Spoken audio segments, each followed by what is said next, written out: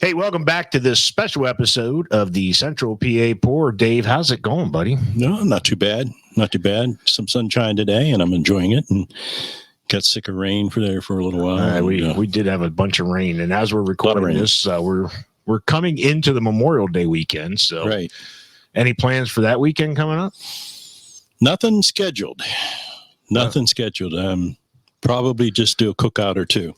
Cookout or two. Yes, I enjoy doing that, and every once in a while, if I have a Memorial Day weekend or Labor Day weekend or just a weekend, and you have the thermometer that's on your phone, it's going to tell you when your meat is done. Yeah, that's it. I got the special app on my phone that tells me what's going on inside my grill, and I can watch it while having a beer in front of the TV. So, well, I'm going to be camping, and I'm going to do another brew day. We're gonna look at doing some kind of a cream ale, which our guest has sent us one here today. So, hey, don't forget to look us up on all your social media platforms at Central PA Pour. If you have let us know in the comments if you have some place you want us to go visit, talk to, drink a beer, whatever. Let us know. Give us a shout out. Subscribe to our YouTube channel, and don't forget to check out Ben on our Mix of Six live on Wednesday nights. So I think he's been a little inactive with that because he has baseball coaching going on, but make sure you check out that and look us up and subscribe and keep us going here. We do have a merch site up now, which we'll post some of that stuff out there. But right now we have a guest remotely we're going to bring in here, and this is coming from my trip out to Pittsburgh that we did feature on one of Ben's episodes, the Mix of Six. I had an awesome time out there at Pittsburgh, and I was out there visiting the breweries while my wife and I were enjoying ourselves. I was visiting the breweries, and this gentleman reached out to me and said, "Hey man, I'd like to do this with you." So no further ado, I am going to let him introduce himself. It is not Central PA, but it is Pennsylvania. So welcome to the Central PA Pour. Hey, how's it going, guys? Good. So it's Aadam Sorma. Is that how you say your last name? Yeah, that's correct. Yeah, I'm Aadam with Trace. Trace Brewing. And I will tell you, I got to go up there when we were out there in Pittsburgh because of a recommendation from Shaggy down at Aslan. So shout out to Shaggy and Aslan Beer down there at the Strip District. Yeah, Shaggy is great. Yeah, he was one of the core sort of bartenders who helped us open up shop at Trace. And when he moved on, he ended up going to Aslan.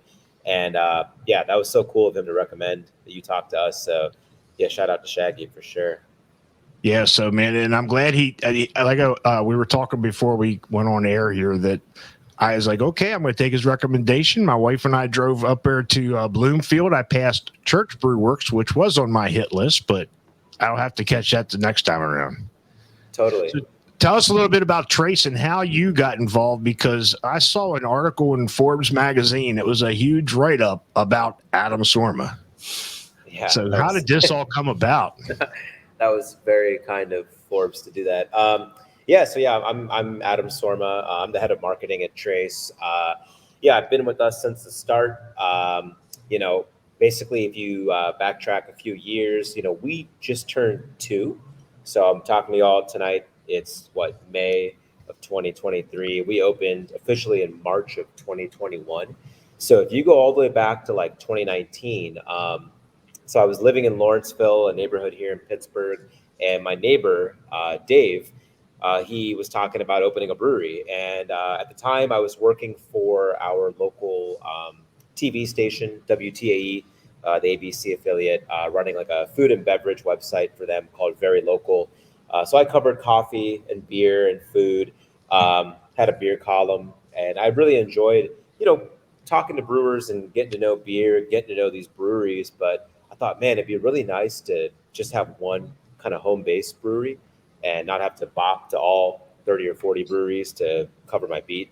So, Dave basically was like, hey, I'm working on, raising some money, getting a building, getting a brewer, getting equipment, getting a brewery started. We became friends just sharing beers on his front porch.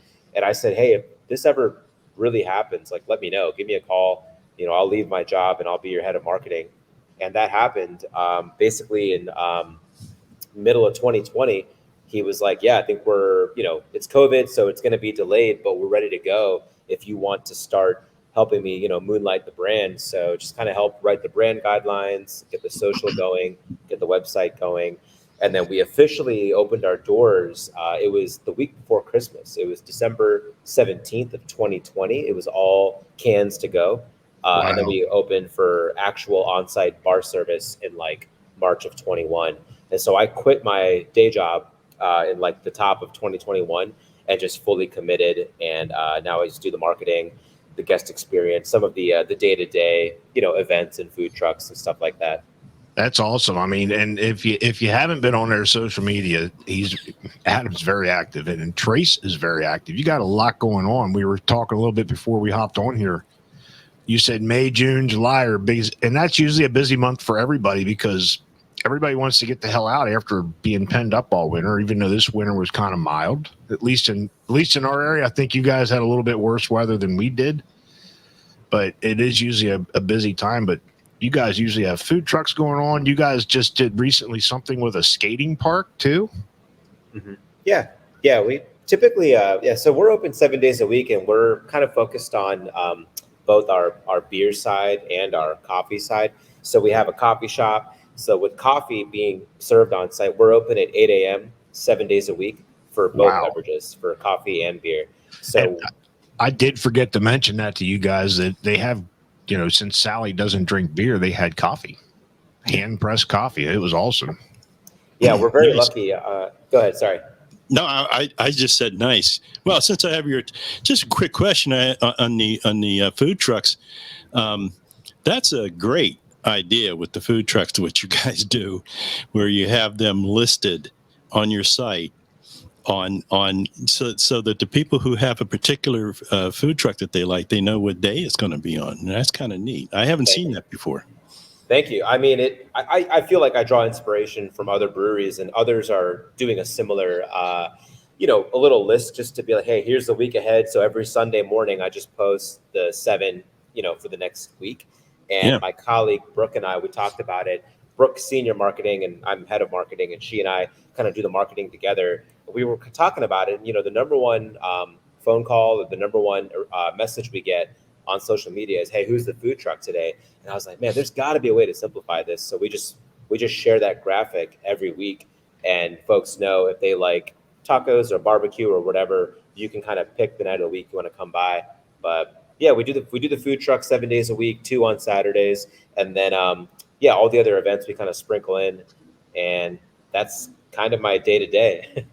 That's awesome. But there's not a lot of room out there in the front of the building, is it? No. So basically, we're right on Main Street. There's no parking. We're very walk, bicycle, bus friendly. Not really the best for folks with an actual vehicle, but for the food trucks, we are lucky enough to have a spot right out front on Main Street, in front of our main entrance, and we just have a couple of traffic cones. So every day at around 2:00, we pop out the cones to hold that spot, and then the truck just pulls in for the day. Hey, don't tell the supermarket across the street that's where I parked and walked over. You're good. No, they're good friends of ours. Yeah, their store manager, Sean's great. He's been so helpful when we have weddings and large events that do involve parking. And I just walk over and just say, hey, man, just so you know, heads up, we're going to take a few spots on Saturday. And here's a 4-pack for your troubles, right? Yeah. Oh, yeah. We love offering them beer for sure. I think they're a little resistant to drink on shift, but, we always have them over afterwards. That's fun. That's awesome. So, I mean, it sounds like you guys got like a community vibe. You got a different vibe down there in that Bloomfield area of Pittsburgh. And you had mentioned there's a bunch of breweries in Pittsburgh, a bunch, and they're new popping up. I didn't get to half the ones I wanted to go to because I'd go to one. They said, well, you got to go to this one. So I'm going to go to that one. But that just means I got to make another trip out to Pittsburgh and hit the ones I did like and the other ones I didn't get to go to. Yeah, there's a ton, man. It is really interesting just in the time that we've opened. I think it was 6 days after we opened, our good friends at Old Thunder opened up, and we love those guys, and they're making some amazing beer. And it's funny that they do make some. They had a Czech Pilsner up there that was really good. Yeah, those guys are great, and it's funny that we share a 1 week boundary of our opening and their opening. But yeah, I think in this county, And you guys might know more than me. I think there are currently right around 51 or 50 active breweries in this county, which is crazy for how many people we have. It's quite, low population wise. I think Philadelphia has way more people than we do, but yeah, it is challenging for folks who visit from Central PA or Eastern PA, and they come to us and they're like, oh, we heard about the breweries, and our staff is always recommending a lot of folks nearby, Church, Cinderlands, 11th Hour, Coven, all these breweries are within a 10, 15-minute walk of our brewery, but you only have so much time, Yeah, you only have so much time now. I did go to Cinderlands, the warehouse side. I didn't go to their main place. It was all right. It's a nice building. Nice building. Beer was okay. Yours was better. I went to Helltown first, and then she said, you got to go down to Aslan. And so that kind of led me to you. I went to Aslan, and he led me to you. So then we went to Hitchhiker, and Nate said, got to go to Old Forge. So I went to Old Forge. So we had a good time. Because when I got back, Dave's like, did you get to the Brew Gentleman? Did you get no, I didn't get there. I know I didn't get there. He's got to go back. We had a good time. How far is your commute from where you guys are at to Pittsburgh? 3.5 hours? About 3.5 hours, depending on who's driving. If I'm driving, it's like 4.5. But if my son is driving, he says he can make it 2 hours and 45 minutes. So I don't know. That's with nothing on the turnpike either. So yeah, my son always cracks a joke on me about my, being an old man and driving slow to get to Pittsburgh. And he says, I don't know what takes you so long. It takes me 2 hours and 45 minutes and I'm there. Yeah, right. Okay. Ask him how many speeding tickets he has, but he won't bring that up. So Dave is Kushner is the owner. Yeah, he's our founder and owner. Friends with him. Yep. And tell us a little bit about your brewer, your head brewer. Is there only one? Does he have an assistant? How many employees are there at Trace? Yeah, good question. So the staff is pretty small. If you look at the back of house production side, our head brewer is Zach Colton. He's great. He actually wanted to be on tonight, and he's actually finishing a brew and was like, hey, I'm not going to make it, but go ahead and represent us. So Zach's the head brewer, and then we have our senior lead brewer, Charlie. Charlie's awesome. He came to us from Indiana. He brewed at Upland in Bloomington, Indiana. So we've got Charlie brewing, we got Zach, the head brewer, and then every 6 months we have a paid vocational program to train people how to brew beer. And so we get a vocational brewer on these 6-month terms. The first term is right now, January to June, and then that person kind of graduates and moves on. And then the next one starts in July and goes to December. So grand total, we have probably about, 14 people on the whole entire staff, 15 if you include Dave. But that's front of house, back of house, marketing, tap room, and coffee as well. That's pretty good. That's good for that many people to handle that type of operation. That's a big operation you have there, I'm telling you. But it's not a big building. It's quaint. It is a reminiscing building. You're walking in there, it's kind of that old industrial brick feel. And then you got the barrels lined up there where they got the awesome beer sitting there barrel aging, man. I'm like, God, just give me a tap right from that. I do. You said Zach's not going to be on tonight, but so I won't be able to ask him this question. I'll have to ask it. Head of Funk? Yeah. Yeah, that was the title that we kind of gave him, and he kind of gave himself. Yeah, we have an open ferment cool ship program, and he brewed overseas in Denmark and in Belgium. So when he was at Cantillon and at McKellar, he gained some of that experience for open fermented wild beer. So in our cool ship program, we kind of call him the head brewer, but he's also the head of funk, because a lot of those beers resting in those barrels next to where Brett sat, those are all resting a lot of American spontaneous and a lot of beer that's come from our cool ship vessel that's going to be ready hopefully in about a year or two. Some of them we did pitch a yeast culture, and some of them we did not. So the ones that just kind of go on their own, they'll let us know when they're ready. But I'm very, very excited to try some of that naturally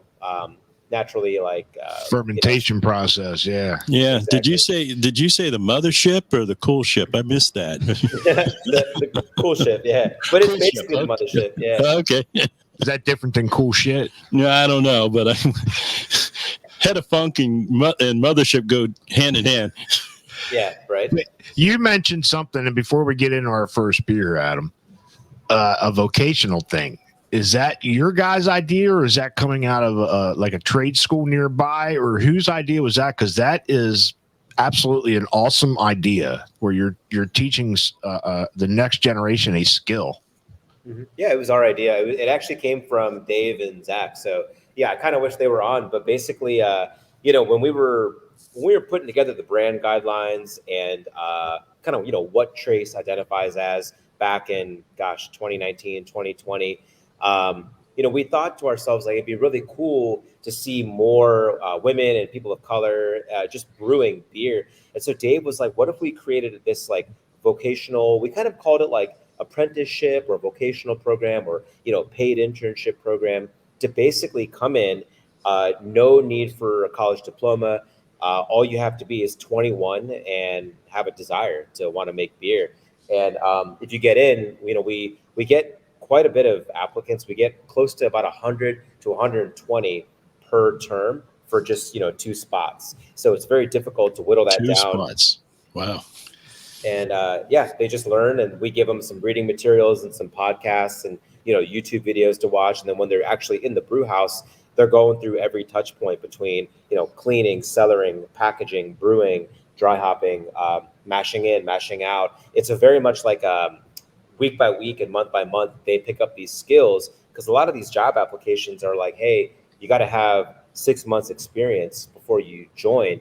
And so we saw that, so we just give them those 6 months of experience. That's a great business platform and idea, and I commend you guys for doing something like that, because I'm in the automotive field and we have some apprenticeship programs, and my field is extremely hard to get anybody involved, because it is a mechanical.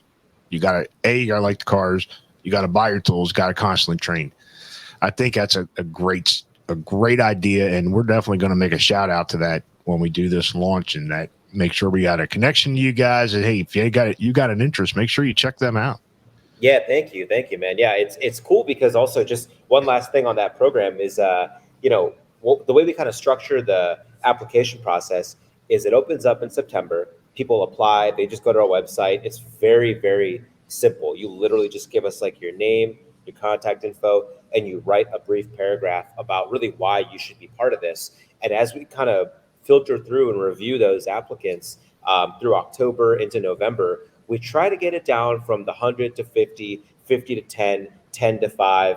And then those final 10 or so, Dave will interview, and he'll get it down to 5. And then we do a group interview where we like all sit down and interview these candidates, get it down to 2. And then those 2 people, basically what we're trying to do is offer one the spring term and offer one the fall term. So we kind of like ask them, hey, if you already have a job, what works better for you? If you don't have a job, can you do spring? And we kind of work it out. So the current 2023 brewers are Jake is term 1, and then Natalie is term 2. So she'll start in July. And it's really nice that folks can, let us know, hey, this actually, it's not going to work out. So we always have those alternates. The last brewer, Tyler, was actually told no, and it was heartbreaking. But then somebody was like, I need to stay at my day job. It's actually a better fit. I'm going to forego it. We gave Tyler a call, and he actually ended up getting it. That's awesome. So I think we have a beer poured here, and I think we did the gose. Tell us a little bit about our first beer. Yeah, man, I'm happy to. So I think I mailed y'all some Bloomfield Beach. Bloomfield Beach is just our, it's our fruited sour with pineapple, tangerine, and prickly pear. There's no lactose, no milk sugar, none of that. It's just straight up a base gose with the fruit. It looks very deliciously juicy. It's pretty juicy. Yeah, it's a pretty straightforward beer. I think that, typically at Trace, when I think about our sour program, like we obviously have the Cool Ship doing the open ferment and all of the naturally soured beer. But on the clean side, if you come in and you want a beer that is like y'all are holding, like has that full flavor, has that like tartness, but it's still a little bit sweet and fruit forward. When I think about that, we typically do 4 to 5 per year. So if you think about 1 per quarter, spring, summer, fall, winter, we try to pick a fruit that will, produce those flavors and aromas. So what you're drinking is kind of our spring sour with the pineapple, prickly pear, and tangerine. One of my favorites is every fall, the sour, we use rhubarb. And that's really nice because it's a little bit more savory. Cheers. Cheers. Bloomfield Beach, fruited gose.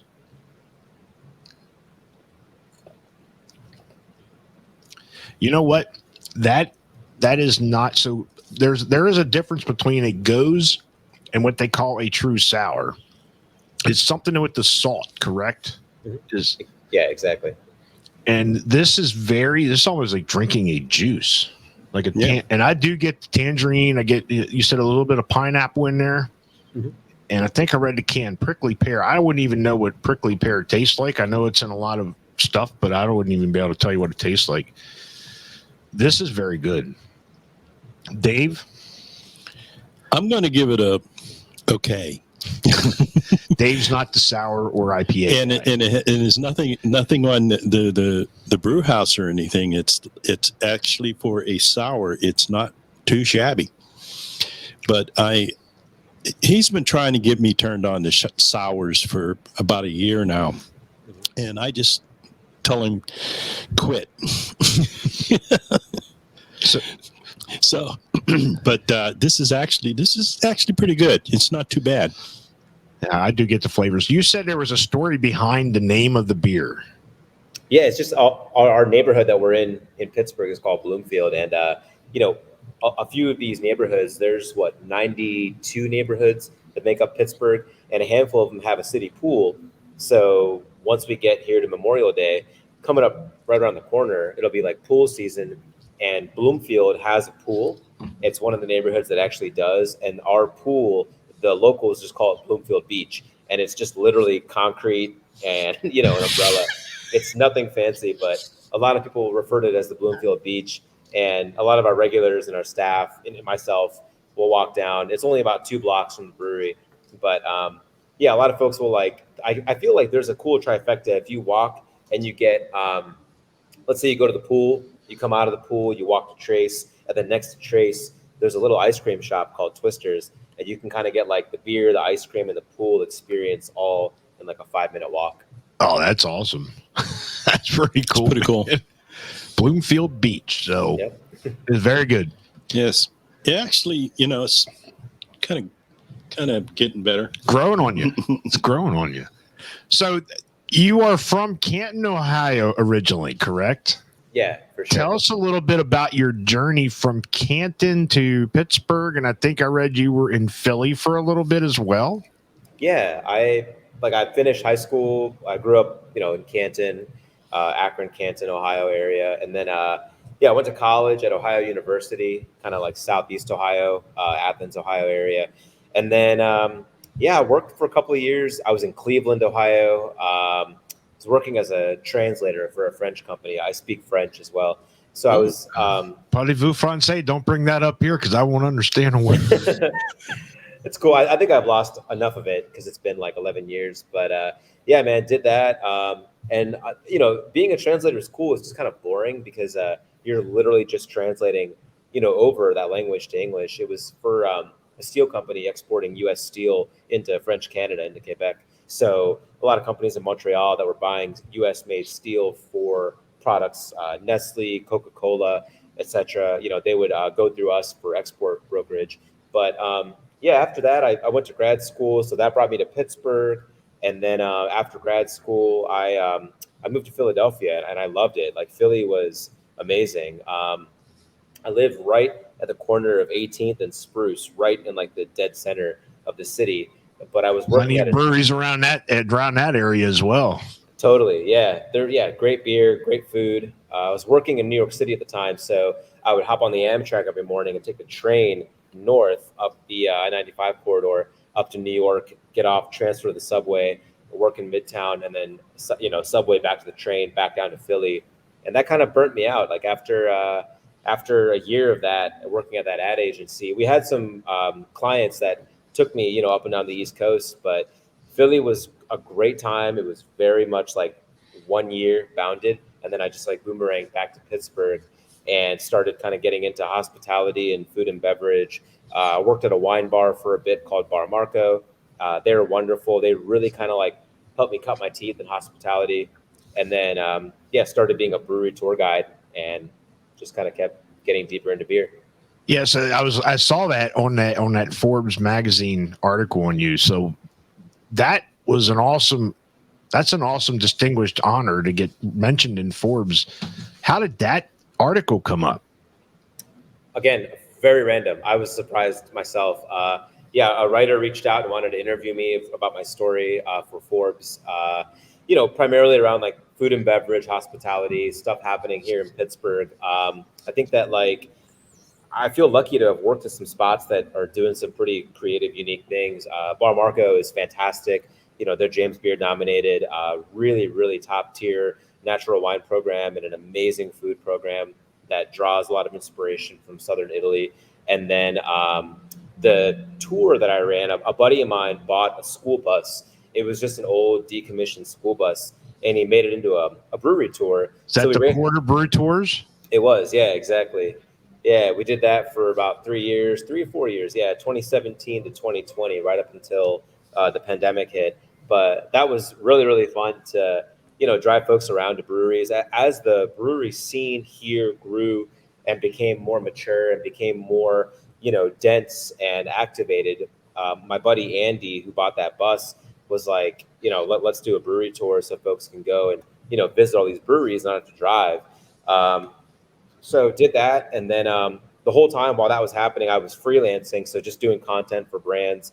I had a small company that I ran, and that kind of got picked up by the TV station, by WTAE, because they wanted to launch a website focused on food and beverage, arts and culture, and events. And that was called Very Local. So Very Local launched, and I pitched them on a column because I thought, hey, I've kind of got this like beverage experience. I'm a tour guide. What if I dropped a column every week, like a weekly beer column about local beer to kind of go through what's coming up, folks can expect for their weekend, whether it's cans to go or on-site service or special events or collaborations. And at the end of 2020, my column won the Western Pennsylvania Golden Quill for the best non-daily column in our area. That was like a huge honor. I couldn't believe it. And then at the end of 2020, that was when, Dave and I were like starting to get serious about Trace. And I officially quit like my corporate job at the beginning of 2021. And we started scaling up Trace from cans to go to on-site service, to coffee service, to daily service, to now doing events basically every day. That's awesome. I mean, I am going to put a link out to that Forbes magazine in this, so they can go out and read all about you and how your story. They call it, what was it, Indian hipster from Canton? Is Yeah. that is awesome. So, when I was out there, my son and I we're going to do one of the brewery tours on the bus tour. It was like $135, but it was 5 hours. And my wife didn't really want to do it, and she's not really a beer drinker. But all right, I don't want to do that and let my wife there. It was our weekend together. So we did our own. It would have been cheaper doing the bus tour because I think every stop was $100 when I was done. Yeah, right. But yeah, so Pittsburgh's definitely up and coming. You got a master's degree at Carnegie Mellon. You went there and you went to school in a track and cross country. So do you still run? Man, I haven't in a while. No, I did go to school on a Division I track scholarship, but the only problem with going D1 in any sport is it can burn you out. When your scholarship is tied to athletics and you have to perform.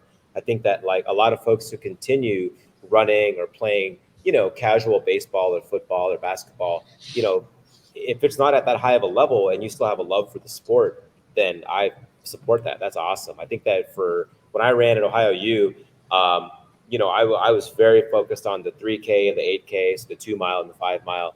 And I just did what I did. And when it was done, I basically never ran again. I think the last time I ran was I ran a half marathon in 2012, I think it was. And then I was like, now I'm like done. If you see me running, You better be quicker than me because I'm running from something. Yeah, same. Gotcha.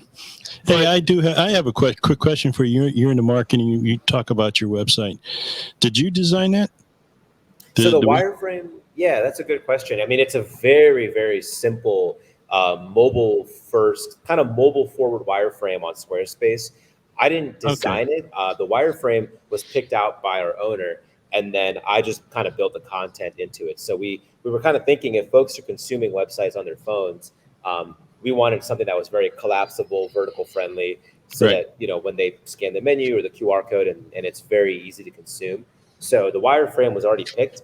I just kind of worked within that to, you know, optimize it. And then now, present day, it's all Brooke, my colleague. She's amazing, and she basically runs the homepage, the taproom menu, the About Us page, the events, the food trucks. As we broke out different jump links from the main kind of backbone. Brooke's been with us since like September, and since September to now, then the website has dramatically improved because she's way better at it than me.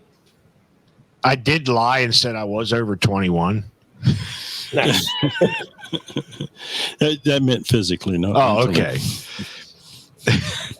So I didn't get the, you know, when we were there, it was kind of cold still outside. In when the hell did we go out there?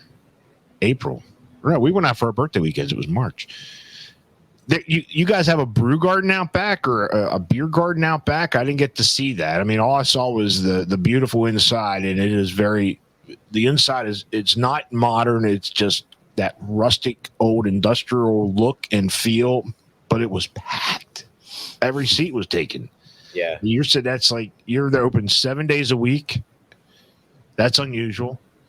And you're open early too.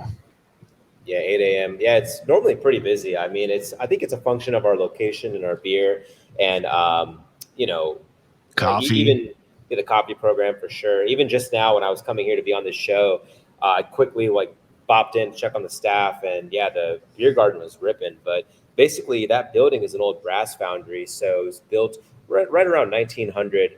Brass and bronze, light manufacturing, stuff like that. It's had a few different lives. It's everything from like paint manufacturing to automotive to black and white film photo development. It's had a few different lives. Most recently, funny enough, from 2008 to 2016, it was an underground punk rock concert venue called The Shop. So the punk rock venue was like very, very gritty, very DIY. I'd only ever been there once, and man, when that era ended, and then you know, Dave kind of got it. The way it's kind of structured is like when you sat down in the tap room, that is kind of the main spot, but the beer garden was actually a separate building with a roof on it. So the next time you're here, if you come by and it's a nice night, like tonight, take a look when you're sitting in the beer garden, look up, and you'll see the rivets from where the roof used to be. And we took that off to actually pour the concrete in like a rising style to create those long concrete steps so that folks can like sit all the way across. Or if you have like kids or dogs or babies or anything, you know, it's comfortable enough that you can kind of spread out. But it's like a narrow courtyard attached to the tap room. And at the head of the courtyard is the actual cool ship vessel. And that's in a small pine wooden room. I'm gonna have to check that out. But you had mentioned something about photography, and I think that is our second beer here. Yeah, a photographic beer pinhole. Yeah. from the old pinhole cameras.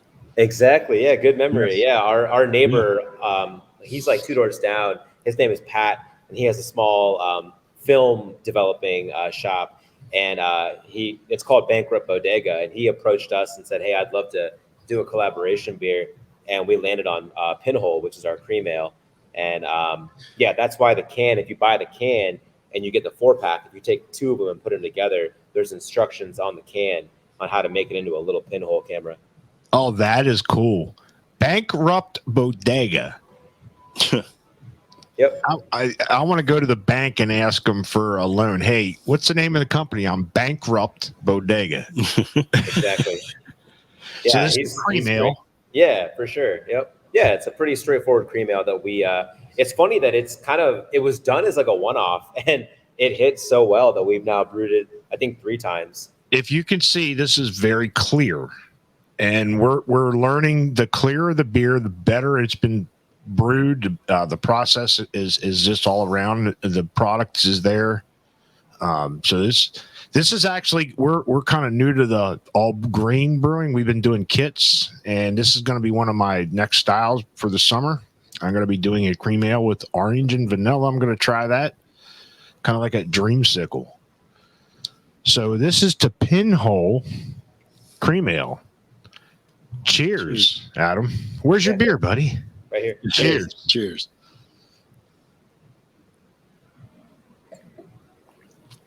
That is light, refreshing. I get a little bit of that maltiness of the backbone, or the wheat, and whatever's in that is kind of a corn. I think corn is more in the cream ales, so you're getting some of that grainish malt backbone on it. Mm-hmm. But it's this good cream ale. When I opened up the box that you had sent, I was like, "Ooh." I first saw I saw the cans. I'm like, okay, it goes. We got a good sour. Got a cream ale. And then I unwrapped the bubble wrap and saw the bottle, and I was like, yes, this is good. So kudos to Zach. Is this his recipe? I mean, do you ever have any? Do you have any input on recipes or beer styles that you would like to brew? It's literally zero, none. No, I just stay in the marketing lane. I think that I trust Zach fully. I think based on demand from customers and feedback, and a lot of what dictates the brew schedule between allocating tank space to collaborations or to our lager program or our foeder program or the saison program. I think that stuff like this, when we do get a chance to make it, I'm thrilled because anything that's like light, refreshing, and it pairs well with food, with our food trucks. We're thinking a lot about those touch points, but for this particular cream ale, it's really interesting to see Pat, our neighbor, draw a crowd when he will share content about, hey, my collab is back at Trace, and we end up getting a lot of his friends and his guests who walk over and vice versa. But no, I don't give any input on the beer. That is all Zach's territory. I'm very much just stay in your lane, right? Yeah, just marketing. Yeah. You don't go up and say, "Hey, Zach, I really like this style. I think we ought to try something like that." You don't give him that. I do that daily. I've been begging him to brew a few different styles. I've been begging him to do like an ESB. I've been begging him to do like a nice amber. Yeah, our fear is that it won't sell. Our fear is that it'll just sit. Unless you want to drive back out and drink it up. Dude, I'm telling you what. Ales have become some of my favorite styles, and they are making a huge comeback from what we're seeing in this, at least in the Central PA area.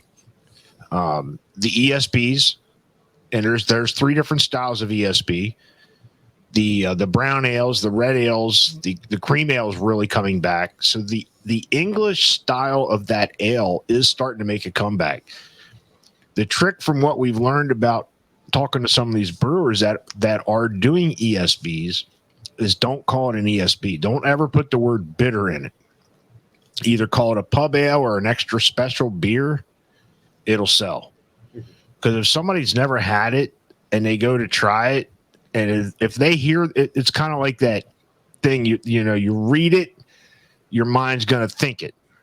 But if you just say it's an ESB or something pub ale and they try it, they might like it. Yeah. It's a bit of a placebo effect for sure. I think that, you see that on the menu and you're a little intimidated or you don't know what it is. I see that in wine. I see it in cocktail. I see it in a lot of different beverage avenues. But within beer, I've definitely told Zach stuff that I'd love to see. We're only 2 years into this, so I think that there is a lot of runway still, and it can happen. But to be honest with you, he does such a nice job with our IPA and our lager and our saison, that those 3 kind of core styles, when we build around that, it ends up rounding out a menu that speaks to a lot of different people. Yeah, and I was just you just answered the question I was going to ask. I mean, what are your staple OGs? And you just kind of answered. Those are your 3 that are always there, right? Pretty much, man. Yeah, I would say it is pretty damn guaranteed that if you walk in, we will always have lager, and it's usually our Keller beer, our German pale lager. We'll usually have an IPA, and we'll usually have some kind of saison. And beyond that, like you guys just tried the sour, and we do some stout and some other styles. But the brew schedule and the seasonality of our weather and our events, and when we are going through higher volumes of beer versus like dead of winter, a lot of that can dictate how we brew and how often we brew to to support the tap room. So as far as we had talked about how many breweries in that area, does he do any collaborations with others, or like do they get together and brew something like with Gristhow, Cinderlands, Strange Roots is down there as well? Does he do any of that? A bunch, yeah. There are several that are already allocated for the rest of the year. We're actually kind of like turning a lot of them down at the moment because I think that the one that he just had a meeting yesterday with Two Phrase and Necromancer, and they're going to do a 3-way collab that'll hit later this year. We'll obviously have the Barrel and Flow collab, and that'll be in August. So that's like the Black Owned Beer Festival. So that dictates a collaboration. And then locally, yeah, we I feel like there have been several that we've been a part of. I think that like we just have to be mindful of our tank space. I mean, to be honest with you, depending on the style, depending on the quantity, depending on the timeline of when it hits, we're already kind of thinking about what we want to brew when. If a collaboration slides in and ties up a tank for a few weeks, we just have to be ready for that before we can transfer out to a Bright and then pull it through, Well, the idea is, he goes and uses their equipment, tie their tank. Sure, yeah.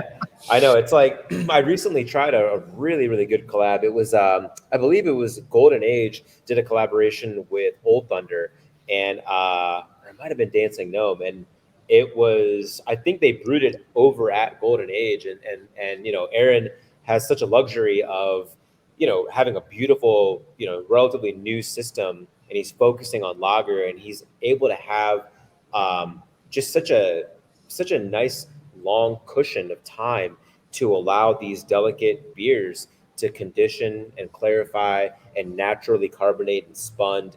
When I see that, I'm just like, oh my gosh, man, like you're so lucky. Like you get to really hone in on that versus when we're in like peak service in June and July, we're trying to turn tanks and get stuff ready as fast as we can, How big a barrel system is it, Trace? So we're brewing on a 10 barrel, filling into 20 barrel fermenters. That's a lot of beer. That's a lot of beer. So you only got how many fermenters you got in there? 5. 5 fermenters. So you can do pretty much 5 double batches. Correct. Yeah. If we double in, then it'll be a double batch of lager, a double batch of, pale ale or IPA, and that'll be a 20 barrel batch. So we have, it is a neat area to walk in. So as soon as you walk in the door, you go down a couple steps. That's the main tap room, and right in front of you is the brewing. And there is a fooder sitting right there as well.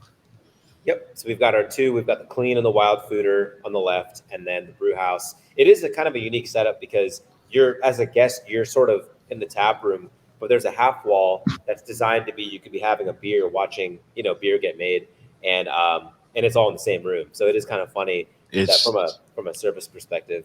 It's awesome. What is your favorite style of beer? What do you like? Because I think in that article you had talked about your first kind of taste at different stuff was at Jackie O's, and then somebody brought you a Bell's Oberon. Yeah, years ago. Yeah, that was in 2009.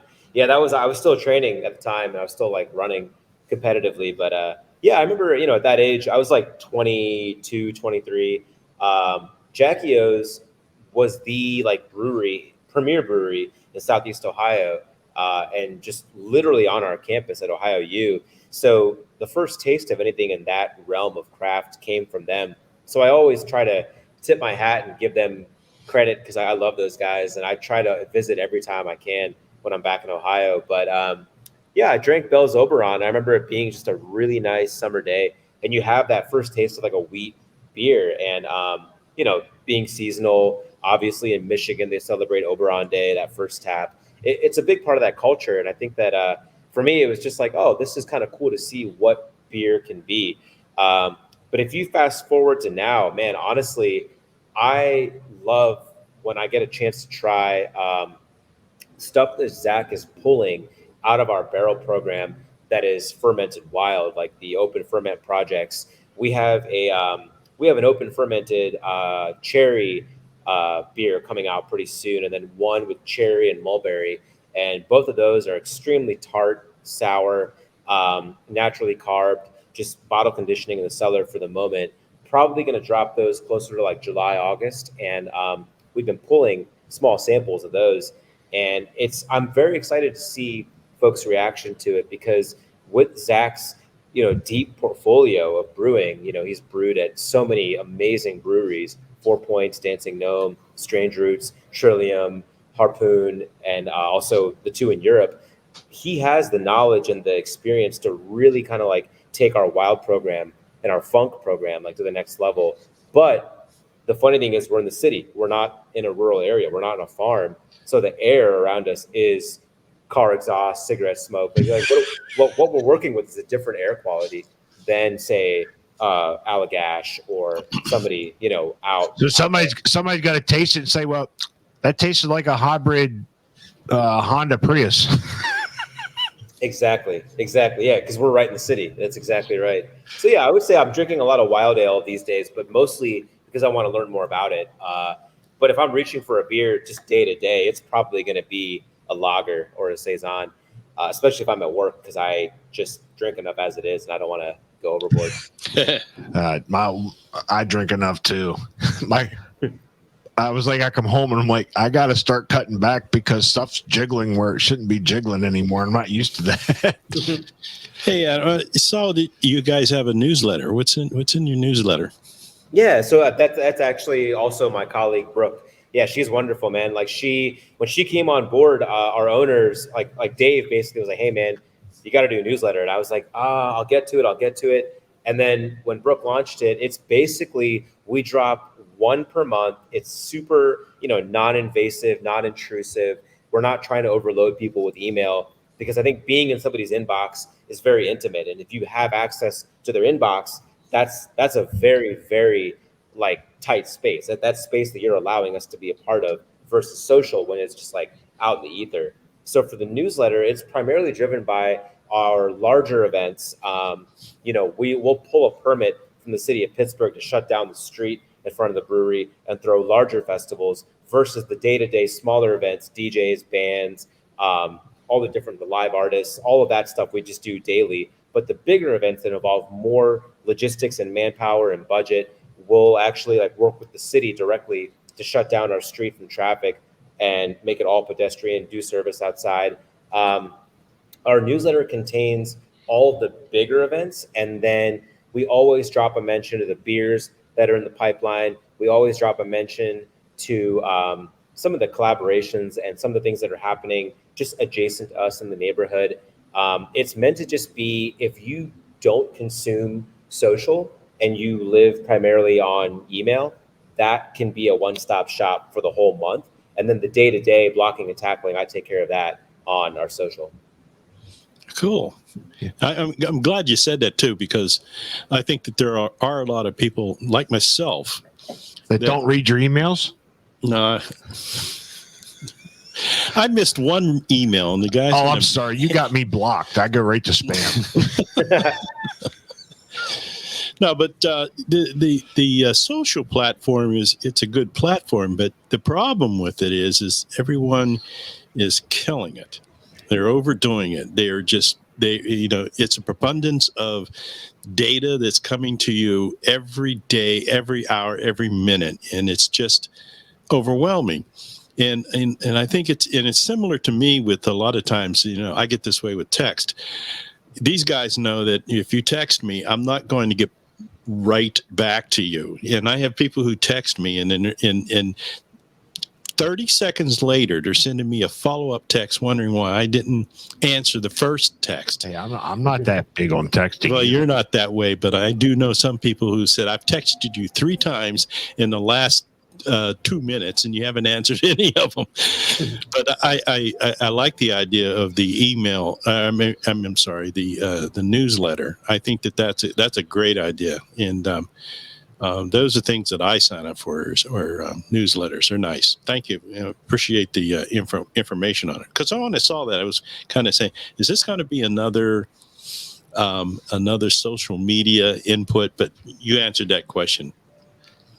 So as far as Trace goes, future plans for the business? I mean, does he have any ideas for maybe expanding the footprint, second location? I mean, or is he happy with what he has? Yeah, we're looking at doing a second tap room. So I think as far as production is going to stay put where it's at. We've got our brew house. We're doing pretty well. It isn't quite maxed out yet. I think we're getting close. In Bloomfield, but yeah, I think that the second location that we're exploring right now, it would just be tap room service, beer service, coffee service, kind of like what we do, but not in Bloomfield. It would be in a How separate about that on Market Square? Yeah, that would be cool. Yeah, that's funny you mentioned that because I feel like downtown could definitely use something, in that vein of a brewery's presence. Yeah, But Sly Fox was down there, and nothing against them. They got a cool place. They're okay. I'm not gonna say anything bad. They're okay. yeah, I forgot that they're right at the point. Yeah, I actually They're down forgot at the point. They have a tap room. There used to be, I think Penn Brewery used to have a location near Market Square as well. In fact, one bar that I always recommend to folks who do like beer, if you're downtown, go to the Commoner, go to the lower level of the Hotel Monaco, and the Commoner, just their bar program, they are sourcing some really unique stuff, and it's like very much a function of the Kimpton brands and their parent company. But I was very, very surprised when I saw the beer menu, and I talked to the bar manager at the Commoner, and I was like, man, this might be one of the best beer menus I've seen downtown, apart from like a brewery's presence, just a bar doing things in a pretty unique way. But yeah, that's the only expansion plan for Trace. I mean, we're going to do a lot of different offsite events and festivals and things like that. But as far as expansion, it won't be in distro, it won't be in production. It would just be a second tap room that we'll probably be announcing later this year. Well, when I was down there, we were walking Market Street Square. There was a guy walking around with a sign that says "Help Save McDonald's." So the McDonald's space down there may be available. I saw that. Yeah, I know that's crazy because I'm not from Pittsburgh, but I saw a lot of the natives posting about the memories and the nostalgia they have from the early '90s of that particular McDonald's, and now it's closed. Yeah, it's wild. I mean, we were walking back, and he was getting the cops were surrounding him, so he must have done something all over a McDonald's. Yeah. It's a special. They don't even have a fucking dollar menu anymore. They still have it on their menu. It says $1, $2, or $3, but there ain't nothing under $2. So they got to take that off. Just call it value priced. Mm-hmm. I tell you what, you've covered a lot of bases, and the Commoner sounds almost something like the Holy Hound in here in York, where it's a tap room bar, but they bring in other people's beers. Mm-hmm. Craft beers from all over, so they source stuff from outside. As far as Trace goes, do you guys maybe get your stuff to other places, or is it just strictly Trace? Because I know here there's some places that like some of the local brewers will swap kegs and do some like tap swaps and stuff like that, tap takeovers. I mean, where can they get Trace brewing other than in Bloomfield? It's mostly just a Trace. Yeah, I would say like over 95% of our product moves right over our bar. As far as offsite, we're the distribution is really tricky because it's just me and Brooke and Zach. Like there's not like a point person owning that particular task. So when I think about accounts, there's like 8 or 9 restaurants or bars that we're really close with that we will service with beer.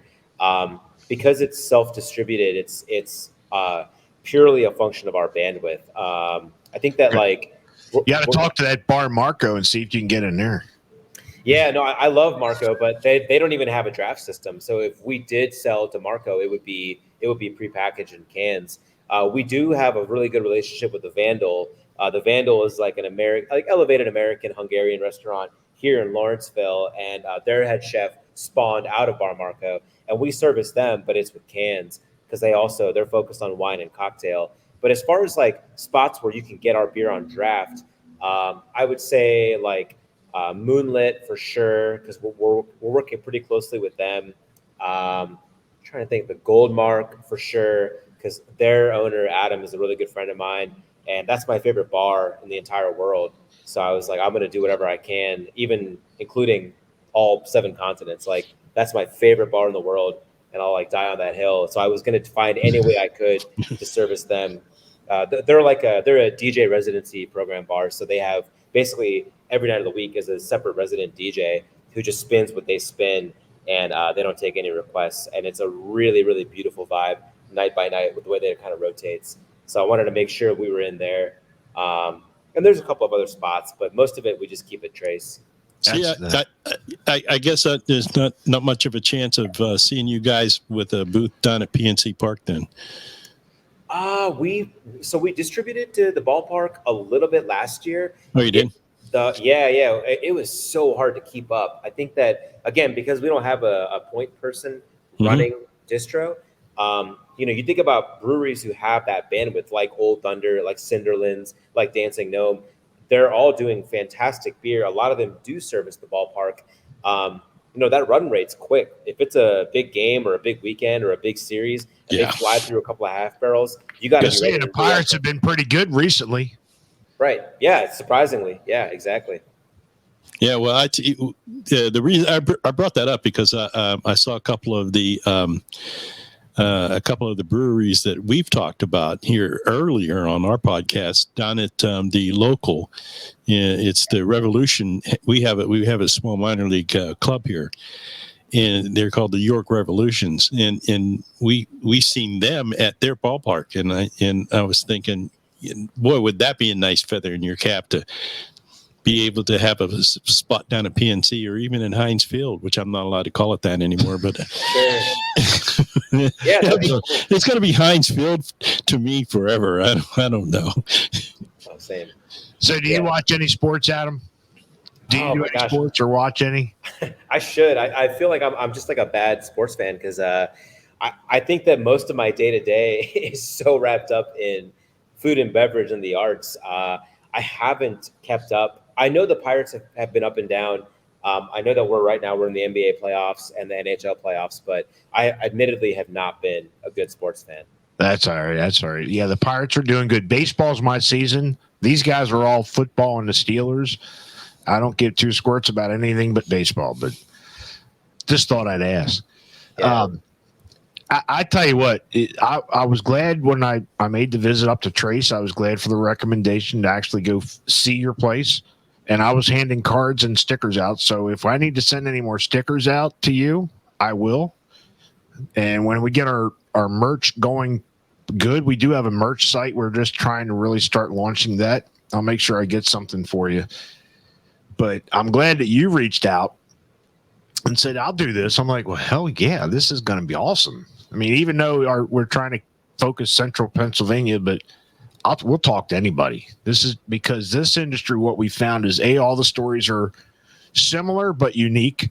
Everybody's got a unique story, and it's more of a community rather than a competitive business. It's a community for the same business. So, and I think what you guys have accomplished out there in Pittsburgh, coming with a dream, and your story of where you came from and how you came back is an awesome story, and what you guys are doing is successful, and I wish you guys nothing but the best going forward.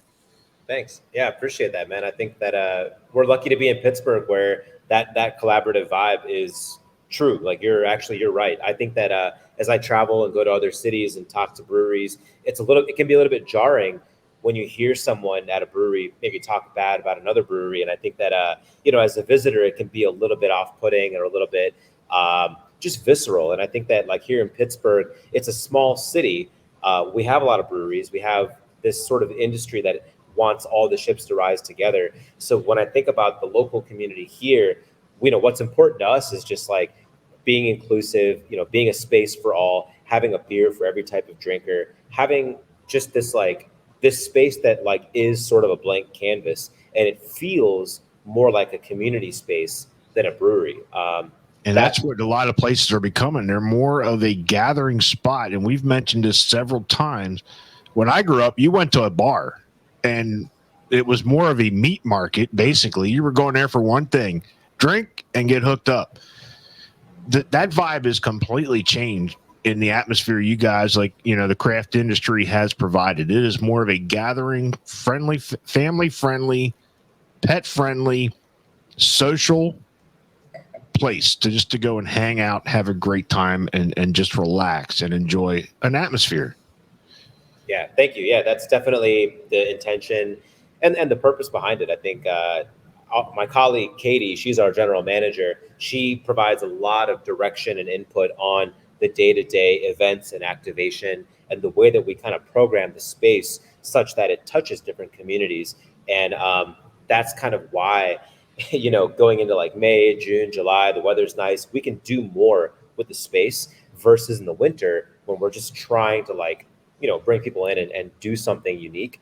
With the summer, we have the beer garden. We have a little bit more kind of to play with. And I think that, it'll be a really exciting couple of months here to bring these ideas to fruition and then just kind of keep plugging away. Yeah, if you ever get to York, you're going to have to let me know. We'll have to show you the scene down here. It's not, York, Center City, York, we got 6, 7 of them in that area. Mm-hmm. So we got enough in a walking area.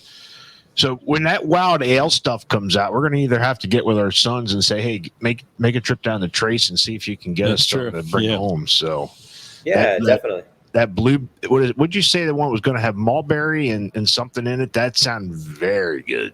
Yeah. So mulberry. One is a open ferment project that is going to be aged on cherries, and then the other is peeling off the same base to allocate that to cherry and mulberry. So we have like our coolship program, the barrel program, and then as that base beer gets reallocated, we use our blending tank to blend and re-ferment and activate other fermentations to basically create these beers out of the same base. And our collaboration with Cinderlands last week, it won gold at the World Beer Cup, and it was called. Oh, that's awesome! Thank you, Hugh. Yeah, it was really, really cool moment. Cinderlands entered it, and it won. And it was our collaboration for a beer festival that we threw last year called Pittsburgh Mixed Culture, which was celebrating a lot of saison and fermentation forward beer. But that collab was so funny because it came together purely by luck. Like it. We took 2 clean and 2 wild from each brewery and blended them to create a 4-threaded, collaboration beer. And it was this amazing, like Brett Saison that we blended, and then we bottled it into these, 500 milliliter bottles. And it's so amazing to see that, for it to get recognized in that category. Because I was pouring at a festival on Saturday, and people were walking up to us like, hey, man. And we were at the same table as Cinderlands. So it was our beer, their beer, and then the collab was right in the middle. And you can try a pour of it. And that's coming right off of Wednesday when it won gold in Nashville. So that was pretty cool. That's awesome.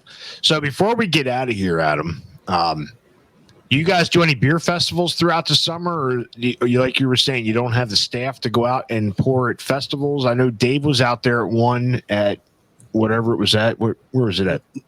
Necromancer was. So it was at Necromancer? Yeah, it was actually at their location. So do you get to go to festivals throughout the summer, the fall times? Yeah. So let's see here. From April 23rd to July 1, every single Saturday I'm pouring at a festival. So I'm committed for about 12 weeks in a row, or like 11 weeks in a row. Well, that can get old. It's wild. I mean, working 7 days a week is wild. It's kind of insane. So I work every single day. But as far as the festival commitments, I'm pouring at a beer festival every single Saturday, I think for 11 Saturdays straight. And then I have a couple of weekends off, and then I'm back at it in August and then back in September. Because I'm the head of marketing, I think that a lot of that falls on, me to just sort of be the voice of the brand. But we'll be pouring at a bunch of beer festivals. Most of them are local. Most of them are curated and focused against a certain style. But it's awesome to have that touch point and meet guests, at a festival. If they haven't tried our beer, they get to try a bunch of different stuff all at once, Yeah, we got some festivals that we're going to be attending here. We did our first one last year. We had a great time. We tried a live episode while we were there, and it didn't go so good. Connectivity was hard, so we're going to do a live recording. But we got a couple of them on our agenda. So I tell you what, Adam, I can see you're passionate about Trace and what you're doing. Your path to get there was meant to be. I do appreciate you reaching out and say, dude, hey, I'll come on this. This is awesome. Yeah. And shipping us a few beers that we could have your Trace Brewing beer on our show while we're sitting here talking to you. I've had an awesome time. What about you, Dave? Oh, great time. Got an education too. Yeah, for sure. Any last minute questions?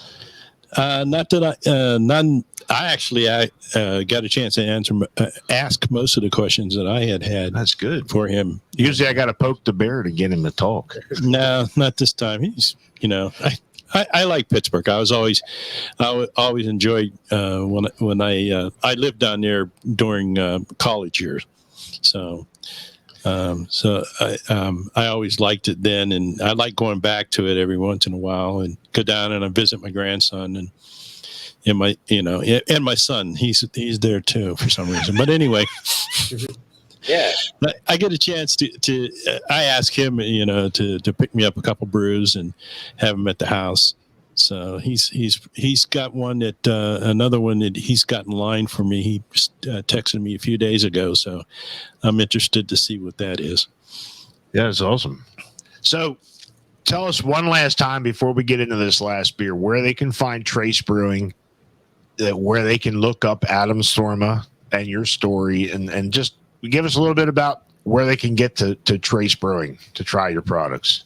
Oh yeah, for sure. So yeah, we're here in Pittsburgh, PA, in the Bloomfield neighborhood, the Italian part of town. I think that if you find yourself looking around online, we're just at Trace Brewing, Instagram, Facebook, Twitter, websites tracebloomfield.com. Bloomfield being the neighborhood, and if you find yourself in Bloomfield, we are right at the corner of Liberty and Main, next door to Liberty Beer, which is funny that we opened a brewery next door to a beer distributor, but they're homies and they're good friends of ours. And if you find yourself in Pittsburgh during the first Sunday in June, we're going to have a huge festival. Then we're going to have our hip hop festival in September. We kind of think about the festival circuit for in-house festivals as one spring, one summer, one fall. So you'll definitely hopefully you'll have a good time. And if you find yourself here, be sure to check out the other breweries because there's a bunch nearby, as you guys saw, and they're good friends of ours, and we're very excited to support them too. Oh, I tell you what, Adam, I do appreciate you coming on the show and agreeing to do this. Tell us a little bit about this last beer. This is going to be our Cheers beer, and I think I had this one out when I was at the place. So tell us a little bit about this one. Yeah, so basically that's our that we call that Sacred Objects. It's a Russian Imperial Stout. It's the base stout from that is just it's a 10% Imperial Stout with I think what's it got, the Maris. I'll have to check out the grain bill to double check on the actual grain, but we took a portion of that base stout and then we aged it in a Willet rye barrel, from Willet Distillery. And so we're calling this the 2023 rye whiskey aged Sacred Objects. So it's a rye whiskey aged stout. It's got a very subtle heat to it. Last year in 2022, we aged that same stout in a bourbon barrel. So there was the bourbon barrel aged stout, the base stout, and then the rye whiskey stout. So what you're drinking is the rye whiskey stout. Well, you're gonna get a little bit of that bite from the rye rather than the bite from the bourbon. Correct. Yeah, but it's a subtle heat, and it really came through nicely, and it aged for about a year. It's exciting that on that barrel rack, when you sit in the tap room, we have space for about 32 barrels, and generally all the barrels that you see up there are usually full because we can't substitute time, so we're just aging all that beer. Don't tell me that because I'm going to come in there and pop the bung out of that next time I'm there and grab some out of it. But yeah, that's the rye whiskey Sacred Objects. So I think I was talking to you a little bit before we got on here. You know, we do the Untapped. You can check us out on Untapped. I don't ever rate usually things 5.0. To me, that is premier. You know, 3.5 is usually my low. So that's my range. And even the beer that really started this, I gave that like a 4.50, and that is the Goose Island Bourbon County. But when I was in there and I got this, and because I told your one bartender, it's like, Shaggy sent me. He said, I got you. He brought me this rye aged whiskey aged stout, and I was like, oh my God. I gave it a 5.0. Thank you. So, Aadam, again, we appreciate you coming out on here and doing this recording with us. We've had a fucking awesome time. And I look forward to our trip, another trip back out there, so I can actually get to physically meet you. We appreciate, you know, your owner Dave and your brewer Zach, and the opportunity to feature Trace on our podcast. All we're going to do is we're going to talk a little bit more, and we're going to get out of here and enjoy this wonderful beer. I do appreciate you sending us some of this out.